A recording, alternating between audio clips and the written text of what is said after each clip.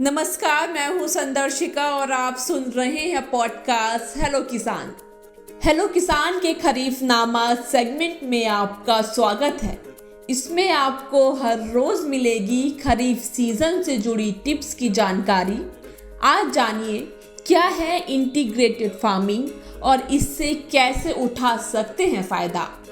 हमारे देश में छोटे और मझोले किसानों की संख्या लगभग 85% है, जिनके पास 5 एकड़ से भी कम जमीन है।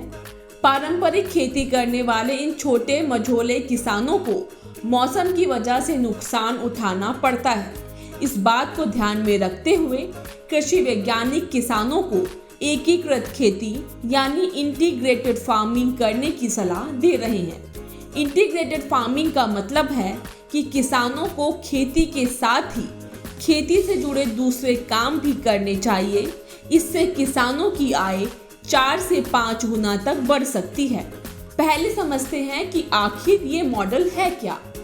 भारतीय कृषि अनुसंधान संस्थान पूसा में एग्रोनॉमी डिवीजन के प्रधान वैज्ञानिक डॉक्टर राजीव कुमार सिंह ने किसान तक से बातचीत में कहा कि इंटीग्रेटेड फार्मिंग सिस्टम का मकसद है कि किसान अपनी मुख्य फसल के साथ साथ मुर्गी पालन, मछली पालन, मधुमक्खी पालन, रेशम, सब्जी, फल, मशरूम की खेती एक साथ एक ही जगह पर कर सकते हैं, जिससे उन्हें साल भर कमाई होगी और मौसम के साथ साथ बाजार संबंधी जोखिम कम करने में भी मदद मिलती है।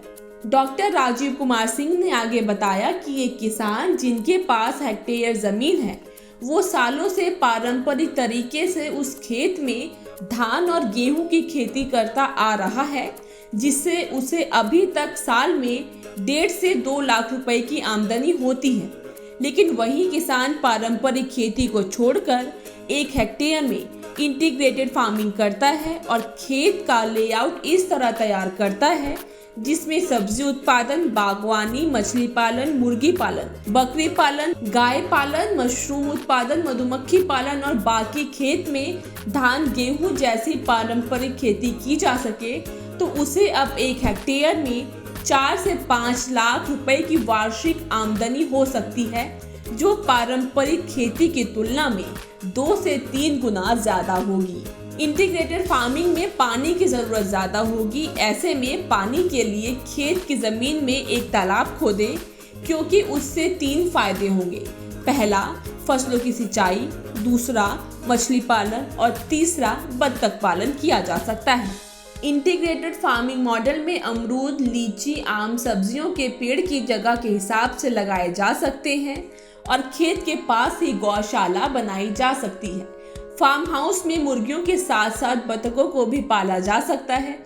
इस तरह से समझ सकते हैं कि ये सभी एक दूसरे के पूरक हो जाते हैं। किसान सब्जियां उगाएंगे या फल उगाएंगे तो उसके गिरे हुए पत्ते, खराब सब्जियां, खरपतवार आदि गाय बकरियों का आहार बनेगा। तो वहीं गाय के गोबर से जमीन को और उपजाऊ बनाया जा सकता है। ठीक इसी तरह मुर्गी पालन से मीट के साथ साथ अंडे भी मिलेंगे। मछलियों के लिए चारे का इंतजाम भी इसी मॉडल से हो जाता है। तालाब का इस्तेमाल सिंचाई के साथ साथ बत्तख पालन में भी किया जा सकता है। इससे मांस, अंडे उपलब्ध होंगे, तो वहीं तालाब के मेड़ों में फल, सब्जियां, फलों को उगाया जा सकता है। इस तरह किसान इस सिस्टम को अपनाकर पहले से ज्यादा मुनाफा कमा सकते हैं। खरीफनामा के आज के एपिसोड में इतना ही। अगले एपिसोड में मिलेंगे नई जानकारियों के साथ। तब तक सुनते रहिए किसान तक पॉडकास्ट।